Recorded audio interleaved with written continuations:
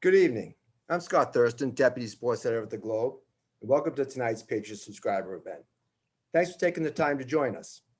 It's already been an eventful offseason for Bill Belichick and company as the team brought back Cam Newton on a one-year deal, a signing that was met with mixed reviews to say the least, and then made a shocking splash early in free agency, dishing out $175 million in guaranteed money to fill numerous holes on both sides of the ball. But we're here tonight to talk about, for what many fans, the best 3 days on the football calendar, the NFL draft. And this year in particular, with the Patriots slated to pick in the middle of the first round, interest seems to be at an all-time high. So to help me break this all down and to answer all of your questions, I turn to our Patriots team. So let me first bring in our national football writer and Patriots columnist, Ben Volen. Everybody. Patriots beat writer Jim McBride, the best in the city. Merry Christmas, everybody.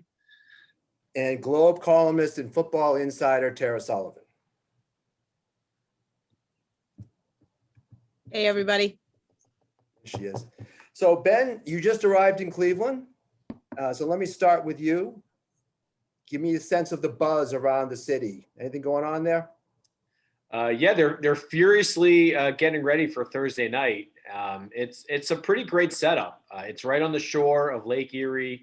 If you know downtown Cleveland at all, you've got like the football stadium, the Rock and Roll Hall of Fame, and the Science Center, kind of all right there on the shoreline. The NFL's got this big kind of campus they're actually doing the NFL experience inside the Brown Stadium. That's where you can, run the 40 and take your picture in a Patriots mannequin or check out, Super Bowl rings, things like that. So they're doing that. They've got this big campus. They're going to have like 50,000 fans here a day allowed to go through the gates. It's going to be all outdoors and it's going to be spaced out. But they're, it's not quite the size of what they have in Nashville a couple years ago where they had over 100,000 people. But 50,000 fans a day is still pretty real. So it's kind of a, somewhat back to normalcy, and the stage looks great. It's really cool. I went and checked it out today, and they really did a nice job of personalizing it. They've got this artwork next to the stage. It's each of the 32 teams reimagined as music album covers, and I posted them on Twitter, and it's some really cool artwork. Like the Seattle Seahawks one is kind of reminiscent of a Pearl Jam album, and I think like the Raiders are like Motley Crue, and like the LA Rams look like Dr. Dre or something like that. It's all really, really cool. So they're playing up the rock and roll theme this year. And, I think they've kind of hit a really good note with the draft where they're awarding it to cities that aren't going to host the Super Bowl, like, Chicago, Philly, Cleveland, probably Boston at some point. And it's a really cool thing. It's like a football festival. Unfortunately, the only problem is the weather is probably not going to cooperate. It was 80 degrees today in Cleveland, and tomorrow it's going to be like 50 and rainy. So really? Back to football weather in Cleveland, I guess. That's great. Well, I want to remind our viewers too, we got hundreds of questions from you guys, and that's great. And a lot of them revolving around the quarterback situation. So we'll certainly delve into that quite heavily. But feel free to use the button at the bottom, the Q&A button, to ask anything as we're going along here that I might not get to. So feel free to jump in there, and we'll save time at the end to answer everything. But Jimmy, let me start with you on this one. Patriots slated to pick 15th in the first round. First, I want to know what they will do and what they should do. Yeah, so I came out with my only mock draft today, which I kind of think was it's a mock draft, so mock me if you want, but I think that I don't think that they're enamored with any of these top 5 guys enough to spend the capital to go up and get them. Now, up until a couple of days ago, I thought it was a slam dunk that Mac Jones was going to the Niners at number 3. But now we're hearing things that maybe Trey Lance is their guy. And I think if they take Trey Lance at 3, the Patriots might not have to do anything. They could sit at 15 and Mac Jones could fall into their lap, because I'm not sure any of these other clubs are as enamored with Mac Jones as the Niners appeared to be up until, maybe 48 hours ago. So, they could certainly stand pat and have that guy fall right into their laps. What I think they'll do in my, I put it in my mock draft, and, that means it'll never happen, of course, is trade down and get into the lower half of the draft and pick a guy like Davis Mills. I know everyone says there's only 5 quarterbacks worthy of the first round, but, I think Davis Mills is a kid that is worthy of a late first round pick. I mean, if you were going to pick him early in the second round, why wouldn't you spend the late first round on him and get the extra year and control of him? You really think he's your guy. And so, that's kind of the scenario I painted. There's 1,000 of them. Who really knows? But I think if they don't go quarterback at 15 or they don't trade, they're probably going to go cornerback or receiver. I think what you say makes a lot of sense in trading down. That's the last thing the Patriots fans want to hear. Yeah, it won't be a popular move with the fandom. That's for sure. But Bill's going to trade back. But that scenario does make sense. Tara, what do you think?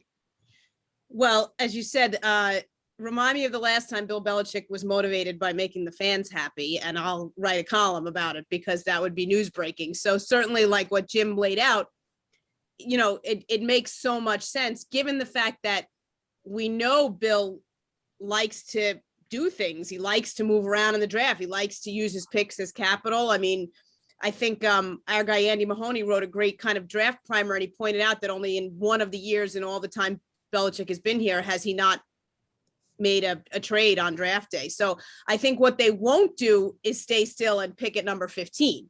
That I don't know if I can tell you what they will do.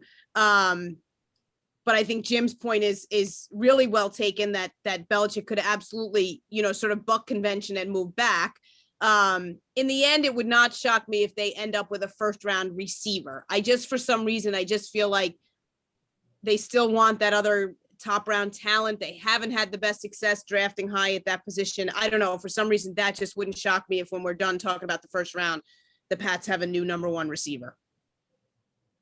That's the scenario I'm leaning toward, Tara, quite honestly. Go ahead, Ben. Isn't it funny though? You follow, on social media. It seems like it literally changes every 20 minutes with the Patriots. It's like here, there's a credible report that, now Jimmy Garoppolo is available and the Patriots are the only suitor left and the Niners are going to be motivated to deal him. So this is where the Patriots get him for pennies. And then the next minute you hear they're talking about trading up to number 8 or number 4. And they're really like Justin Fields, or, now they like Trey Lance. Just reports are kind of all over the place with the Patriots. And I think it's Bill Belichick's dream scenario right there, where he has everyone guessing and no one really knows what they're going to do. I think it's still, I think all options are still technically going to be open for the Patriots. If Fields drops, I think, I think there are reasons to go up and get him. I mean, assuming you have, you evaluate him as a franchise type of quarterback, but the reason to trade down would be because they want to fill in the gap. I think they pick at like 46 or 45, then they don't pick again until like around 97. So if you trade down, maybe you want to fill in that gap. But otherwise, this is a year where a lot of teams are going to be trying to not accumulate as many. Like the Patriots don't have a ton of roster spots, so I don't think they want this big rookie class. The opportunity is there to package some picks and go get the guy you want, because they don't have that many holes after all the spending they did in free agency. This is also a year, it's such an interesting dynamic. The draft pool of players is a third of the size as normal. Usually there's around 2,000 guys who sign with an agent entering the draft. This year, there's only about 650, 700 players. So the top end of the draft is going to be good, but your 6th and 7th round picks are going to be much, way worse football players than usual. And so is that a pandemic thing, Ben? Yeah, I think a lot of kids decided to return to school and work on their draft stock. So, like one thing that Daniel Jeremiah of the NFL Network said was that teams are trying to get rid of their 6th and 7th round picks because they just, the players just aren't going to be the same caliber this year. So I could see trading down to fill in that gap, but it would be disappointing if they didn't use that 15th pick, because how often are they picking this high? And if you look at the history of the pick, it's not good for quarterbacks, but it's good for position players. You can get Jason Pierre-Paul, Brian Cushing, Jerry Jeudy. You can get a really good defensive player or what have you at 15. So, if they're not enamored with a quarterback, that's one thing. But I hope they would just use the pick and get an elite defensive player, whether it's a linebacker, front seven. I think cornerback is definitely in play. So, I think quarterback, they need to figure that out. But I hope they don't just get in this cycle of looking for value and trading back, because you could still get a pretty good player at 15, and that's what's most important. So let's just reset real quick for those that didn't or haven't studied the top half of the draft as closely as you guys have with the quarterbacks. Trevor Lawrence is going to the Jaguars. That's pretty much established. Zach Wilson, the kid from BYU, looks like he's going to go to the Jets. That number 3 slot, the 49ers, you said Ben Mac Jones, the quarterback from Alabama, or Trey Lance. North Dakota State has only played 1 year of FCS football. And then Justin Fields from Ohio State is the other kid. And Jimmy, I know you don't like Fields as much as Ben does. What's your knock on him? Yeah, I just think, in watching him, and I'm not a professional scout, obviously, but it seems like he was a guy that didn't throw till his receivers were open. And you can't do that in the NFL. You have to throw your receiver open. And, he didn't read through his progressions particularly well. The biggest games of the year, Northwestern, he didn't play that well.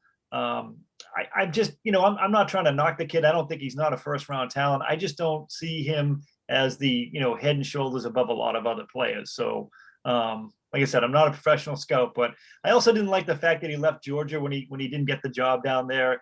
You don't get the job, you pout, you transfer, he lost the job to Jake Fromm. So, you try to beat the guy out. You don't just drop everything and transfer. So I think that, that didn't sit well with me either. So, I guess those are the, kind of irrational knocks I have against the guy. Yeah, I don't know. Don't cast me as this like huge Justin Fields guy. I don't pretend to be a scout. And in my mock draft the other day, Trey Lance was the guy I want. That's the guy when I keep asking, the experts and the scouts, who do you think is a good fit for the Patriots? Trey Lance is the name that keeps coming up. But Fields, I'm curious why he's dropping, because the few people that I've talked to all have him rated very highly. I had a nice long interview with Scott McCloughan. He used to be the GM of the Niners and Washington, and he was a big part in drafting like the Legion of Boom and that whole team for the Seahawks. And he had Fields as a number 2 guy. He thinks he's great. He showed a lot of toughness coming back in that game with, was like a broken rib or something. And, started 2 years and dominated at the Big Ten level. So I don't know why he's dropping. There's got to be something going on there, because he seems to check a lot of boxes in terms of production and toughness and things of that nature. But I tend to think that the Patriots, they want mobility at the quarterback position. They, like Belichick as a defensive coach, he wants what gives him troubles. And like Cam Newton, when he had to face Cam Newton, Cam used to run circles around him in the 2 games that they played against each other. So I think Belichick wants the mobile quarterback. You bring in a Fields or a Lance to develop behind Cam Newton. I think that's kind of a perfect kind of bridge scenario, and maybe even find a role for the kids. But again, like maybe Jimmy Garoppolo is the play, and then you use your draft picks on real players instead of a quarterback. Like there's so many options right now for the Patriots. I'll play tiebreaker, Scott. You told me you liked Fields. That's why I said that. Yeah, I mean, I like Fields. Sure, I like him. I like him, and I'd be happy if the Patriots got him, just because I'd like to see them, actually make a play for a quarterback. Like you can't just wait for the perfect option to keep falling into your lap. So you've got to, and if they, trade into the back end of the first round and still take a guy, that's cool too. I mean, you're at least identifying someone and hoping to groom him. But I think Fields checks a lot of boxes. So I'm curious to know why he's dropping. I haven't seen anything concrete other than what Jim said. He doesn't maybe come off as initial receiver, as quickly as he should. If I'm playing tiebreaker, Scotty, as he just said, I'm all in on Justin Fields. As somebody who, when it comes to watching college football, I tend to watch the Big Ten the most. That's just where my fandom lies. So that's the guy that I've probably seen more often. So I'm sure I have a little bit of recency bias or something in that regard. But he's such a gamer to me. And whereas Jim, I get your point, but I could not disagree with you more wholeheartedly about kids transferring, not getting the job, because I just think the way the college game is these days, you go where you can play. And I don't hold it against a kid at all. I don't see it as a pouting situation. I see it more as I want to play now, and I'm going to go find a place. And I think we've seen it with more guys than not recently. So just from my personal standpoint, I wouldn't hold that against him, although I certainly allow you to do the same. I did say it was an irrational knock, so. Yeah, fair enough. But I'm all in on Fields. I think Ben's point about Belichick being, enamored of guys that have beaten him, which is why we've talked about Deshaun Watson is somebody he would love, if he had ever been available, aside from obviously his off the field issues now. But I think somebody like Fields would be enormously attractive. And I think he'd be an incredibly, if somehow he fell into the Patriots' lap, or if they were able to move up a few spots somehow, if that's what it takes, I think that would be an enormously great pick. It's Let's funny. not forget that Jimmy G beat Bill last year. Fair enough. But that's how. Another reason Bill likes him. That's how Hey, Fields Jimmy is G would be a described by great scouts. pickup. So Fields is For the described right by price, scouts. I would like Jimmy G back, but I wouldn't, I would want the Niners to pick up a big chunk of that salary, and I wouldn't give up more than, say a third or fourth round pick. Yeah, I'm with you. I think first or second is too much. The big thing for me with Garoppolo, and again, the caveat that I wasn't here, I wasn't in New England, and I wasn't covering the team when he was around. So I don't have that personal experience, but I just, the injury stuff would concern me at this point. And as Jim, I think you pointed out to me earlier, his age, he's not as young as some might think. So for me, yeah, a third or fourth, but a first or second to me would be an awful lot to give up to bring him. I've heard this narrative this week about, the Niners drafting a guy at 3 and keeping Jimmy this year and having him, be the quarterback as they bridge this guy in. Jimmy's not going to want that. Like you're not going to have a happy quarterback in that situation, knowing that the guy that's replacing him is right over his shoulder. So it's not going to be kumbaya in the locker room if they keep both of these guys. They've got to get rid of Garoppolo. You have two But- quarterbacks, you have no but quarterback. to be fair, the Chiefs just did it. I mean, Alex Smith had the same situation. And Alex he dealt Smith with is it. a rare bird. I He's guess. just- He's a rare Jimmy's bird. still- if Jimmy's in that situation, he's still getting paid $25 million. So like, how much does he really have to complain about? Guys from want to play. perspective, They're yeah, either going to trade Garoppolo now, or they're going to release him in the fall. Yeah. So it's yeah, one I of don't, those if you have situations two quarterbacks like that, you have no quarterback, right? I mean, that's you one of have the to be with them. truisms, and I don't see that would be a bit untenable. It's not like having back when it was Garoppolo and I'm blanking. Tom Brady. It went to Indianapolis. Tom Brady. Kobe Brissett. Kobe Brissett. 100%, I was thinking of, thank you. Yeah, that Sort of, Brady guy.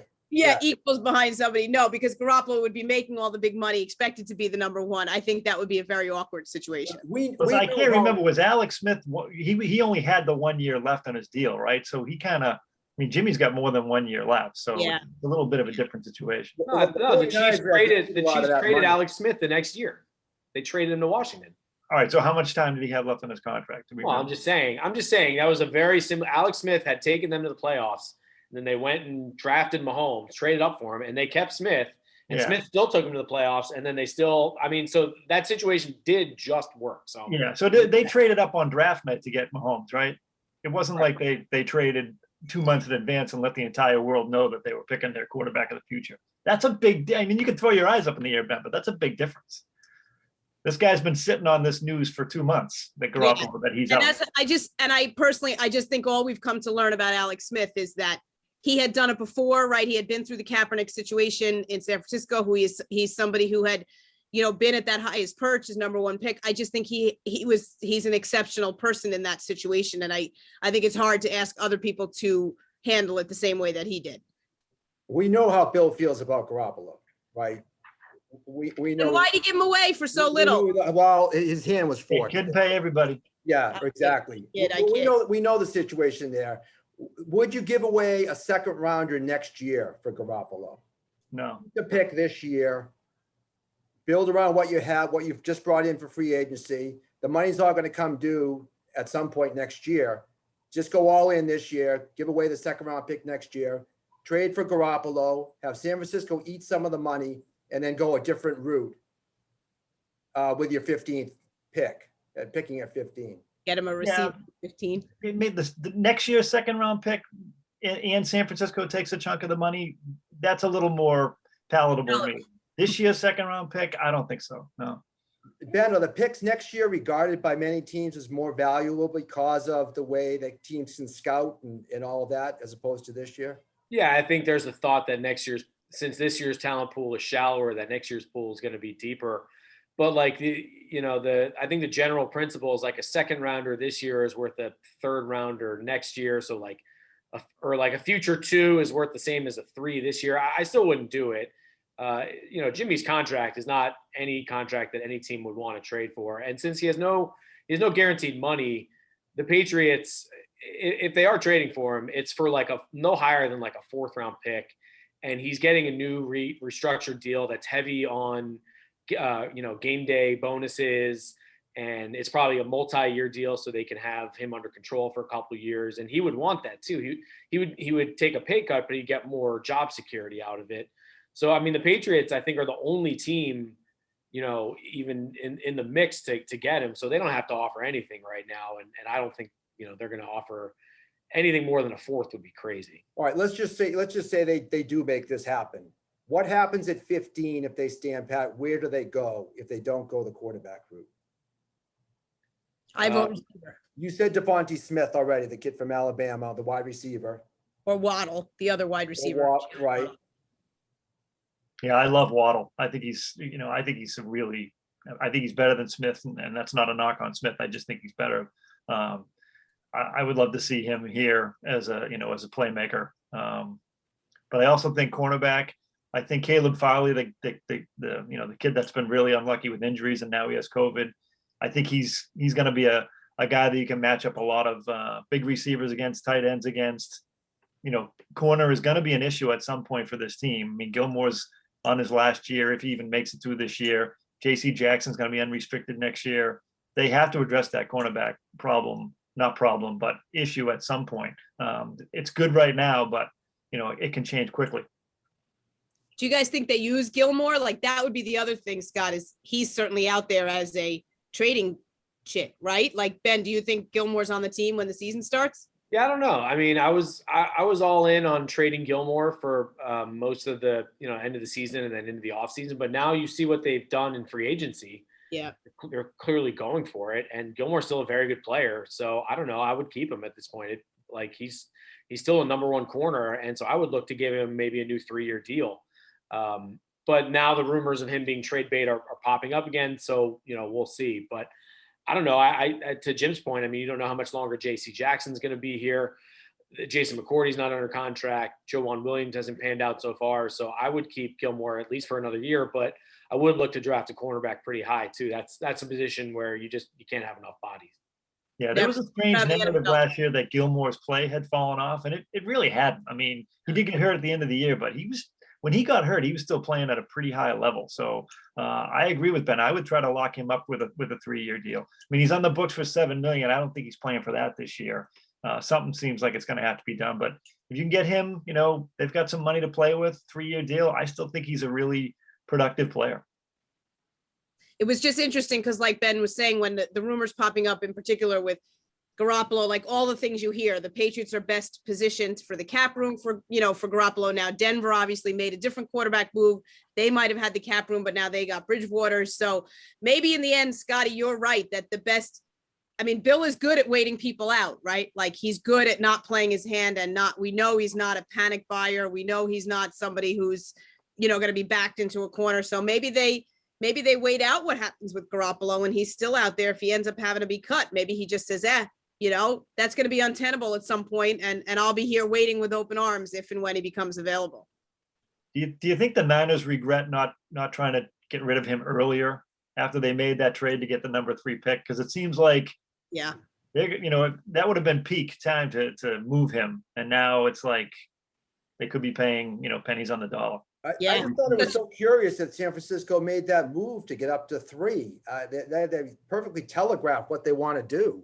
And I'll say this too, but whatever about Garoppolo and whichever quarterback they pick, boy, does that quarterback get the best situation to drop right into, right? Like you know how you're always evaluating which one works out, but who knows if it's based on the kid's talent or the situation might work out best for whoever lands in San Francisco, because they're positioned to do well. They're not in rebuilding phase with the third, like it's an unusual situation that so maybe that was their motivate, Yeah, it's weird, Jim. You're right. If they were gonna move on from Garoppolo, they could have done it a little more seamlessly than it appears they're doing. Ben, could Cam and Garoppolo coexist? That'd be curious. I'm curious to know how Cam would handle having, legit competition to his job, because he's never not been the alpha. He's never had to. I mean, he had to compete for his job a little bit last year, but when he stepped on the field in training camp, everyone knew who the biggest, baddest quarterback was on the field. So I don't know. I don't know how Cam would react to being the backup and not getting the reps in practice. And I wonder if they did trade for Garoppolo, if part of it would have to be sending Cam back to San Francisco to give them better depth, behind their rookie. So I honestly don't know how that would go. Cam's never been in that situation before, so we're all just kind of projecting. He's been tremendous for the Patriots so far. Everyone's, loved him like to a man, and Belichick especially. He's been nothing but a great teammate, but I honestly don't know how he would react to having a legitimate, threat to his job and having to be a backup. That's an interesting thought, sending Newton back to the 49ers. Yeah. Cam did say in his after season press conference last year that he's, he doesn't consider himself a backup. So it would be kind of interesting to see him go into camp with, like he said, a legitimate competition. Yeah, he said all the right things last year when he wasn't playing well, but that's a lot easier to do than, where he was trying to stand up and take responsibility. That's different if you're doing it at game 8 than prior to the season and you're saying, no, it's not guaranteed. So, but I think it would be on both of them. Garoppolo, his time in San Francisco, I mean, he was the biggest, baddest quarterback in the room too, when he's healthy. So yeah, you would have two alphas and it certainly would make for some potentially good drama, Scott. I'm just going to throw out a quick couple of statistics for you to think about as we were talking about quarterbacks in the first round. As I was putting together some notes for this, I stumbled upon this. Between 2000 and 2015, there have been 42 quarterbacks taken in the first round. Only 11 started at least 80 games for the team that selected them. 16 of the 42 had winning records with that team. Only 8 made the Super Bowl and only 4 won it. So there's a good argument against taking the quarterbacks in the first round. And even the greatest quarterback class of all time, that 83 class of Elway, Jim Kelly, Tony Easton, as we remember well, Ken O'Brien, Marino. Well, you and I do, Scotty. Yeah, I do. I'm good. That's right. You guys might not, but only Elway won the Super Bowl. Scotty, it's funny you bring that up. I did a lot of research into that. I'm probably going to do a whole thing on that in Sunfoot. So you're right. There are a lot of busts at quarterback in the first round, but by far, overwhelmingly, the best quarterbacks come from the first round. This century, there have been 56 quarterbacks taken in the first round. I consider 9 of them to be great and 14 of them to be good. So 23 out of 56. That's 41%, not a great percentage. Then you look at the second round. There's been 1 great quarterback to come out of the second round, Drew Brees, and 3 good ones, Jimmy G, Derek Carr, and Andy Dalton. That's 4 out of 21. That's 20%. Otherwise, it's all busts. Third round, there's a random Russell Wilson, a random Matt Schaub, and 15 busts. 26 quarterbacks, and 21 of them are average or worse. So I'm just like, obviously, that's a position that there are going to be a lot of busts. But overwhelmingly, the most good to great quarterbacks still come from the first round. And Scott, there's only so many jobs to go around, and there's only 1 Super Bowl to win every season. So you can't, you can't. And Tom Brady wins half of them. So. Yeah, exactly. He's one. He keeps getting in the way of everybody. But yeah, I mean, you could say great quarterbacks, but teams could have 4 cornerbacks that you could consider great. There's only 1 quarterback who can play at a time, and so it's really hard. You and I both know that there have been some really good quarterbacks who just never found the right situation, right? Like that if you name anybody who's played for the Jets, right? Like Mark Sanchez somewhere else might have had a decent career, better than what he had, right? He had a few whatever, or who knows what will happen with Sam Darnold or whoever it might be. So it's a really tough it's the most important position. It's so hard to get your foothold and to keep your foothold. So both points are great. You can also say that these first round quarterbacks aren't going to the best teams either. They're going early Right. in the first round to teams that are rebuilding or, need. Well, that's why this year's San Francisco thing is so interesting to me, because they're a good team that's going to draft third and take a quarterback. Right. All right. So as we approach the halfway point here, just a reminder, use the Q&A button. I'm going to start looking at, spreading this around a little bit. We're getting a lot of questions too, you guys. How do they replace Julian Edelman? Who's on the roster now who can replace Edelman? On the roster now? Well, Jacoby Myers has some slot experience. Gunner. So, yeah, I'm not sure Gunner Gunner has the body type and quickness just yet to survive over the middle. He has that Julian body early on, but Julian got jacked up. I mean, he really got muscular over the first couple of years of his career to kind of take that beating underneath when he was getting hit by linebackers all the time. I'm not sure Gunner's there yet. He probably will be, but to ask him to step in and replace Julian right now on the roster, I don't know. I think they might be looking, to the draft to replace him. What about the new tight ends? Can they step up and fill that hole a little bit, Ben? Yeah, no doubt. Well, I mean, it's not going to be the same role as Edelman, but Right. I mean, first of all, you're talking about like quick, safe outlet passes. James White is going to be a security blanket. And yeah, I mean, Jonnu Smith, a lot of short passes, yards after the catch, drags across the middle. Kendrick Bourne is a bigger type of body, but he's a slot receiver. Nelson Aguilar played a lot in the slot. And I think you're going to see, I had a couple scouts tell me this. You'll see the Patriots with a lot of 3-by-1 formations, and you'll see Aguilar in the slot. And the way that defenses defend him will kind of tell the quarterback a lot about what the defense is playing. So that could be like a good kind of tell for the Patriots as they try to figure out what the coverage is. But so they have, between Bourne and Aguilar, 2 receivers already with slot experience. And then James White and Jonnu Smith will be kind of quarterback security blanket. So I don't know if they'll have a 1-to-1 kind of replacement for Edelman, but they'll certainly have a lot of guys who can kind of do similar things. I didn't realize the 49ers played Bourne inside. I thought he was kind of split out a lot last year. I think he can do both, Yeah. But, the more I think about it, though, I love the idea if Aguilar right now is your deep threat. Both of these Alabama kids run like 4.40s. They're undersized. They can fly. They're just, Waddle is described as a better Henry Ruggs. I love the idea of giving whoever the Patriots have a quarterback one more weapon, one more deep threat to play with. Let me get an update. All right. Am I the only one who thinks that? Well, I was thinking in my mock draft, I had them taking Amari Rodgers, who played a lot of slot at Clemson this year. He was he's T. Martin's kid, for all you old people that remember T. Martin. That took over for Peyton Manning at Tennessee, but I think he's a kind of your prototypical slot guy. He's like 5'10". He's really muscular. Played for Clemson, so he's been in a big time system. He's not on the roster now, obviously, but he certainly could play the slot at the NFL level. So the answer is there's not somebody that was on the roster with Edelman last year necessarily, right? It's a lot of these new options. It seems like they're going to have to get a little creative. And yeah, like I said, Jacoby Myers played in the slot, but he's not really your traditional slot receiver guy. He's not really a traditional X, Y, or Z. He's just the kind of guy that they can move all over the field. Yeah. Ben, how much salary cap do the Pats have left to play with and maneuver with? They're at like 15.5 right now. They got to save a few million for the rookies, but not as much as you think. Like the whole class, might count for 16 million in cap space, but they have this thing called the top 51 rule.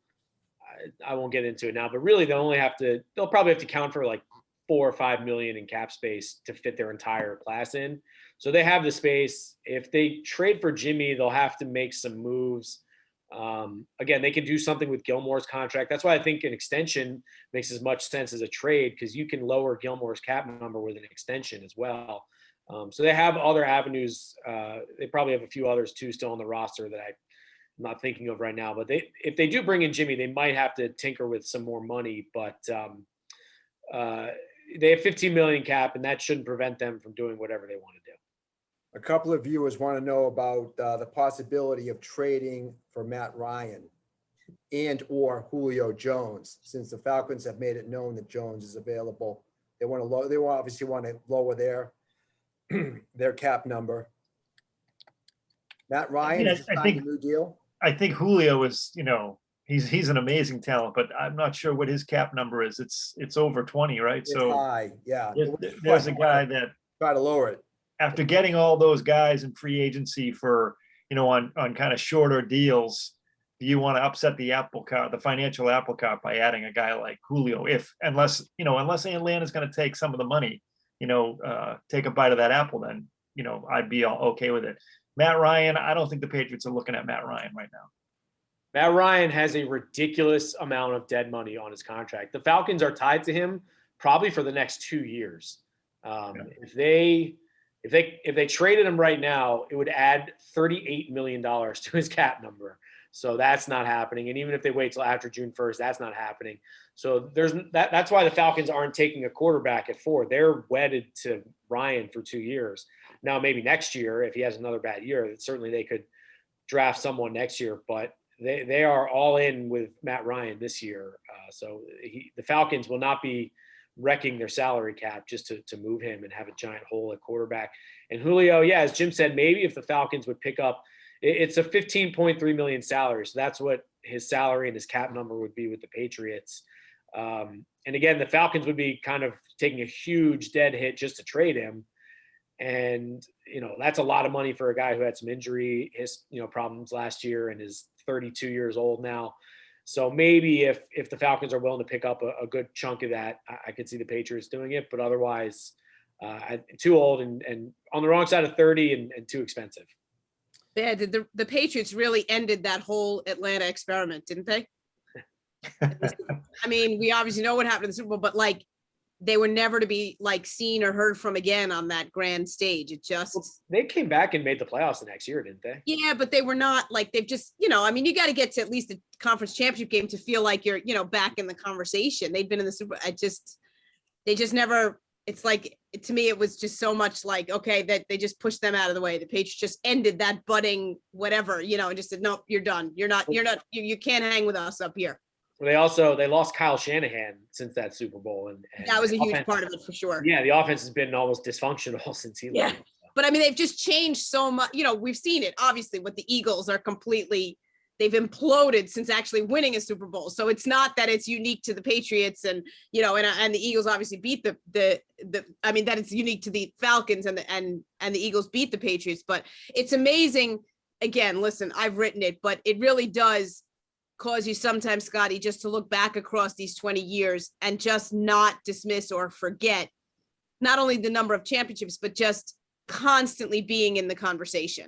And I know if Dan were here, he'd say part of it is thanks to the tomato cans that, have been the rest of the division. But even that, I just think it's, that's what I'm saying. You look at the Falcons popped up for a little bit and, the 49ers popped up for a little bit and the Eagles and none of them is even in the conversation anymore.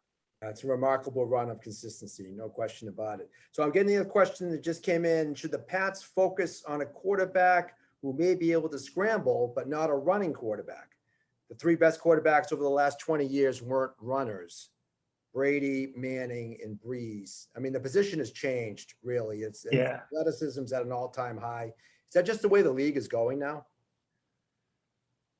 I think it's who the quarterbacks are. It used to be, the statue, and now the athletes are the guys that are being groomed to play quarterback. And I agree, you still have to be able to function from the pocket first and foremost. But I heard an interesting insight from Daniel Jeremiah. I mean, you look at the best pocket passers in the NFL, it's all the old guys who have been around forever: Brady, Breeze, Phillip Rivers. So it takes a while to be able to master the pocket.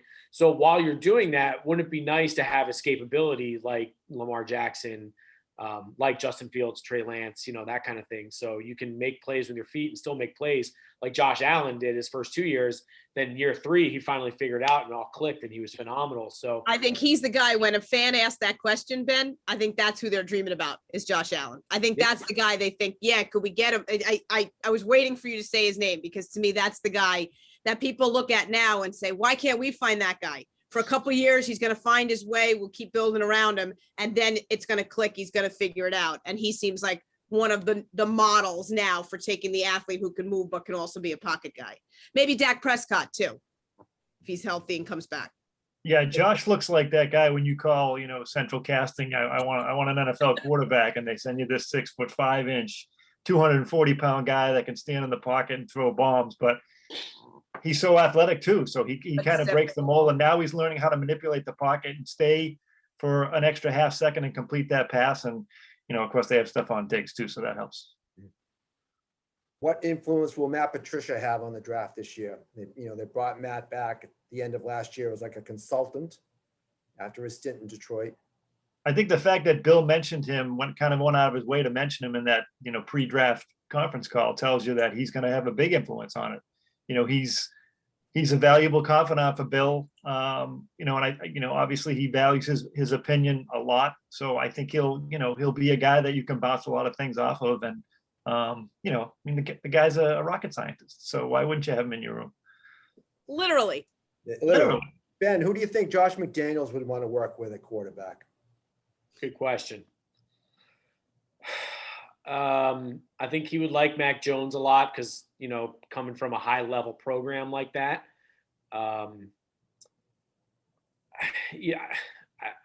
Just guessing. I mean, Trey Lance, again, is someone that a lot of people say, not only smart and has a lot, of course, all the intangibles, but, they give him a lot of responsibility at the line of scrimmage in college. And, it was more of a pro style offense, and he's from Western Minnesota and played at North Dakota. So certainly would have the toughness to play in Foxborough. But yeah, I mean, I know a few years ago, he was supposedly enamored with Baker Mayfield. I don't know exactly what McDaniels, what his number one thing that he's looking for in a quarterback other than decision-making, accuracy, the things we know the Patriots value so highly. So I honestly, that's kind of the great thing about this year's draft is we know there's 5 quarterbacks, but the rankings of them are all over the map. Everyone's got a different ranking. And Mac Jones going number 3 to the Niners, none of these mock drafts have it. None of the scouts have Mac Jones that high, but he might go that high. So it just shows you the variance in kind of the draft grades this year. I was waiting for you to say that McDaniels would love to work with Jimmy G again. Well, I thought that was the right answer. That's what he wants, right? I think Chris Sims's mock draft made a few waves because I think, right? Why are you face pumping? Yes, Justin Fields going 30 seconds. Exactly. I was going to, I think that's ridiculous. Sorry, the credibility just went right out the window. I think Chris Sims's best friend in the world is Kyle Shanahan. So maybe, and I think he had Mac Jones going 3rd, right? So who knows? It's all, listen, we mock. That's what they're for. I wonder about Trey Lance. I really do. 1 year of FCS football, and once he played 6 games. I mean, I don't know that there's enough on him to think that he could come in here and be a first round, a guy you take early in the first round. Well, you have him under control for 5 years. So if you sit him for a year, you still got 4 years left of him. Especially if you sit him under Cam, a guy who had similar skill set to Trey when he was a rookie.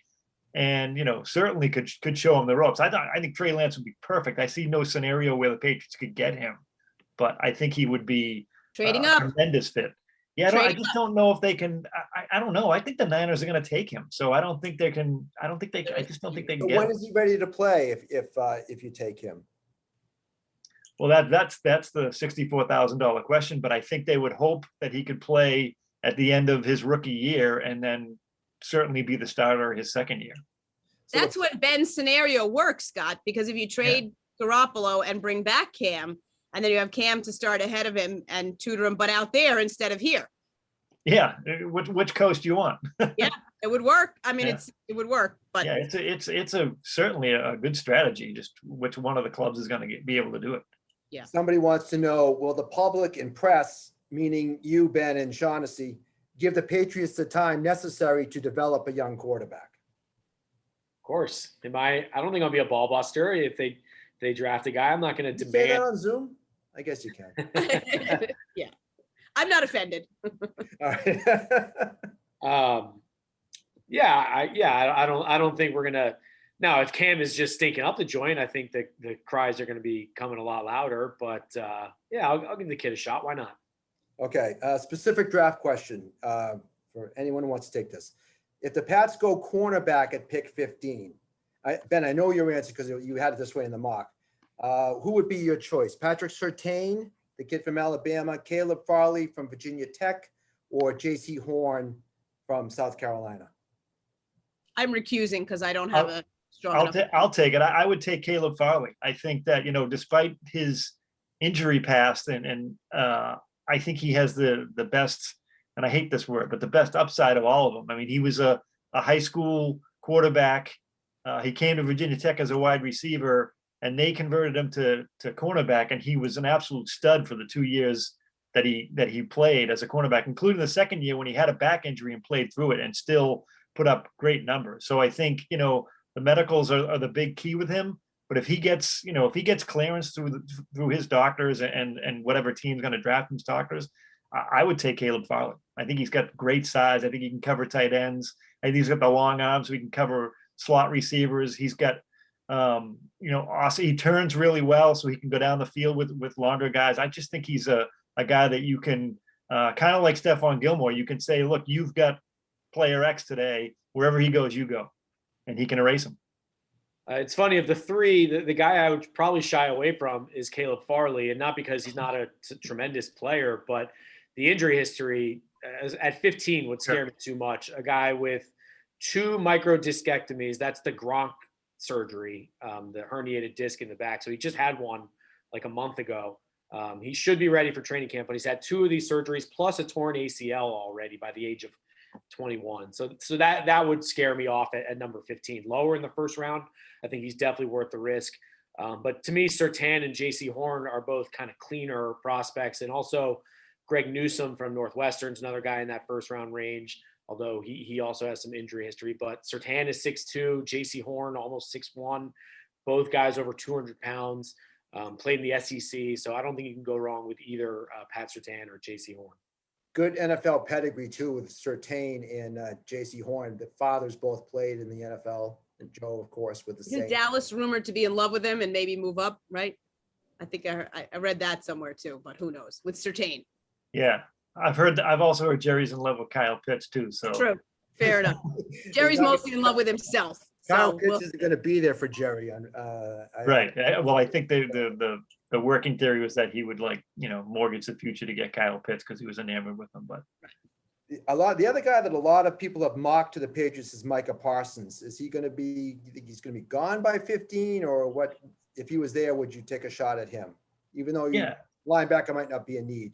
I think before the free agency spending spree, I thought he would be a great fit in New England, but I think they really addressed that, which was a kind of a porous linebacking crew last year, with Hightower coming back, with Van Noy coming back, Raekwon McMillan they signed.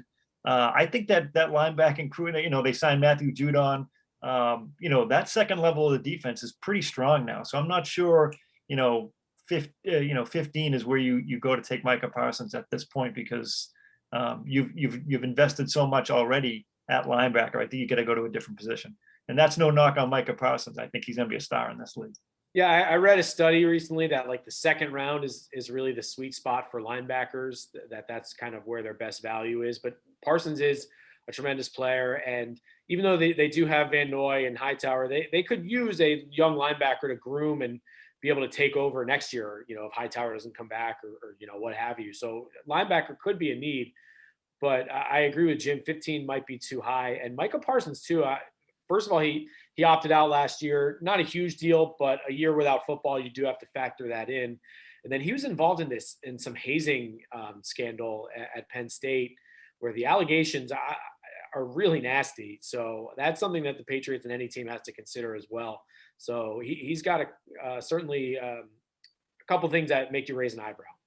Yeah, and just one more point. I still think they're high on Anthony Jennings and Josh Uche. So there's 2 young guys that, get to learn under Hightower and Van Noy this year. So, yeah, I think that's a reach at 15 to grab a linebacker, Parsons or anyone really. Yeah, overall, Scotty, if they do go defense with that pick, it doesn't seem like the best plan is linebacker. It would be cornerback, it seems, especially what these guys are saying, would just be. Which means we'll be writing about Micah Parsons. Exactly. Yeah, or some defensive tackle. David Collins. Yeah. It's all a Uh, crapshoot. So does trading up and seeding future draft capital make sense given the amount of guaranteed money they spent this offseason? Boy, I think so. Like, you were aggressive in free agency, so why not be aggressive in the draft? Like, you don't have that many roster spots that you need filled, so why not go get the player you really like? So I think the opportunity is there, and the price tag for these rookies now is so cheap. Like, the 15th pick is going to get a 4-year deal worth like $16 million, so $4 million a year, and the number 8 pick is going to get $21 million over 4 years. So I wouldn't mortgage the future to go up to number 4, but to get to 8, to get to 11, I would do it if you have a conviction about one of these quarterbacks or an elite player that you just really want. I mean, why not? I would be aggressive. Was that a quarterback specific question, Scotty? No, I think it was. It's just, do you want to give up? I'm assuming it probably was Jimmy talking about maybe getting Garoppolo. Would you want to make that deal? But there's an overwhelming feeling here too, in the tone of these questions, and that people aren't enamored with Cam Newton. And so what are we missing here? Why can't we give Newton a pass at all from last year after coming back from COVID? And that certainly could have an effect on you. I do. I mean, I've gone on record and written that I think Cam's going to have a much better year this year. I think all the things that people have talked about, the lack of an offseason program, the fact that he signed in July, he was still coming off, the foot and shoulder injuries. And I think the foot injury was fine last year, but I still think he was, sometimes those shoulder things and the doctors that I've talked to, it takes a good 2 years sometimes to come back and completely get back to your throwing motion and your mechanics. And I think that, that time is going to be now. And I think he'll be much better. I think he's going to be a much better player this year. That's why I don't think that throwing a whole bunch of capital on to grab one of these guys. Now, if they start to slide, that's one thing. But I do think that they're comfortable with Cam, for at least this year. I completely agree. And I wrote it too. Like, there's, for all the reasons you give Cam, reasons that last year wasn't as good as he had hoped or the Patriots had hoped, like, to me, and all the reasons you bring him back, for me, the number one reason is I think he can still play. I think there were enough flashes. I thought the running ability we clearly saw. I thought all that storm of problems that Jim just mentioned and listed from having COVID itself, which clearly, I think it's obvious that impacted him in a very physical way. And as our colleague Nicole Yang wrote about, which I found one of the most fascinating stories from the season, about this notion of brain fog and some of the after effects of COVID. And we've seen it, guys are affected. We've even great athletes, because we see it on the Celtics, with Jason Tatum still needing an inhaler. Anyway, it's getting deep in the weeds, but I still think he can play. I think the Patriots still think he can play. I think, as Ben was saying to you, I mean, how many more nice things can Bill Belichick tell us about him? How many testimonies can we get from teammates? I think they're all in on seeing at least one more year of what they think is the full Cam Newton experience and not the partial one we got last year. Even if that means getting a quarterback to put him behind him and it's only a one more year experience, plus you're factoring in what he did learn in last year's offense, as opposed to teaching somebody from day one again, something new. I think they're excited to see what, and believe strongly that he has a lot more to give this year. And it seems, I mean, he's there now, in Foxborough, and I think that speaks volumes too. He's working. So, I think it's going to work. Ben, you've written this, and one of the questions, there's been a lot of chatter that Bill has not drafted well in past years. And there's certainly that chatter is certainly out there. How much is his judgment, and how much is due to Roger constantly finding the Patriots draft picks? I mean, they did lose a first in 2016 and a third this year. It's really the last 5 years prior to the Bengals. Why did they film the Bengals? Third round pick, that's costly. It definitely is. 76th pick, I think. The last 5 years, the drafting has not been very good. Just you look at their second round picks. 3 years in a row, they've traded up in the second round, and it was for Duke Dawson, Jovan Williams, and then last year, Josh Uche, who might end up being a good player. But when you're trading up for Duke Dawson, then the guy doesn't even play a snap for you. Talk about a waste of a good opportunity there with a second round pick. It's not just him. It's like they use third round picks on Tony Garcia and Yannick Kajust, and they, cut Dominique Easley after 2 years. And so they just, some of it has been them purposely punting on the draft. Like they traded the first round pick for Brandon Cooks and, wanted a more established player, and that's fine. But I don't know if it's because, like, you hear rumors that Bill ignores his scouts and he goes rogue. He just relies on his buddies in college, Iowa and Alabama and all his regular buddies. I don't have a good answer for why they haven't drafted well. I do know that once John Robinson left the organization, his last draft was 2013, and that was their last good draft when they got Teron Harmon, Jamie Collins, Logan Ryan. Since then, their drafting has not been very good at all. Not true. In 2014 and 15, they got like James White, Shaq Mason, Joe Tooney. So they made a few good picks, but they got to start hitting these first and second round picks. You keep wasting these picks. You find yourself in a position like you're in now where you have to go out and spend $175 billion in free agency. Boy, what was the odd over-under on Yannick Kajust being mentioned in this hour? Good job, Ben. You just stuck that in. You deserve something for that. One name we have not mentioned at all is what's Jarrett Stidham's place on this team? Not sure he has one. Yeah, I think they would really like to see him compete a little harder. I think, it seemed to me from the outside looking in that when they signed Cam, Jared kind of said, okay, well, I guess I'm backing up Cam this year. And I think they would have loved to have him come in with the attitude, like, I don't care that they signed Cam. I want to be the starter. And maybe they'll get that this year in camp. I'm not sure, but. Yeah, Stidham is cheap enough that it kind of goes both ways. It costs nothing to keep him on the team, and it costs nothing to release him. So if he just has a terrible camp, I could see them moving on. That said, it's still, I don't know, maybe, there still might be kind of a COVID season this fall. You probably need a third quarterback. So maybe he can just be the number 3 guy. And if Cam gets hurt, he's your number 2. Or, they definitely need to bring in a third quarterback, but Stidham is so cheap. But again, back to the point I was making before, Scotty, Stidham's a 4th round pick. There have been 28 of those guys this century. 4 of them have been any good. So just the odds say that a 4th round pick is not going to make it in the NFL. And I just think the hype was probably unfair to him last year. And I think Jim is correct. I think he didn't, they want him to compete harder. But I think they telegraphed to the league what they truly feel about him when they didn't put him in at the end of the game. And then they brought back Cam. They're looking at all these quarterback options now. I don't think there's too much of a future left here for Jarrett Stidham. All right, we're real quickly as we're wrapping up here, a couple of just quick questions for anyone here. What's the biggest challenge for this team this season? Oh boy, Quarterback play. Yeah. I think making it all work. Quarterback. Yeah, making it all work. You bring in all these new free agents. It's like 11 new starters, 25 free agents total. It doesn't usually come together that quickly. Tom Brady, showed that it can in Tampa, but I think just kind of making it work and seamlessly, and it's going to be a shorter preseason again, and who knows what the offseason is going to look like. So I think just making this team, this disjointed team work is going to be a big challenge for Belichick. We haven't talked specifically about the free agents that they signed, but which free agent is going to have the biggest impact?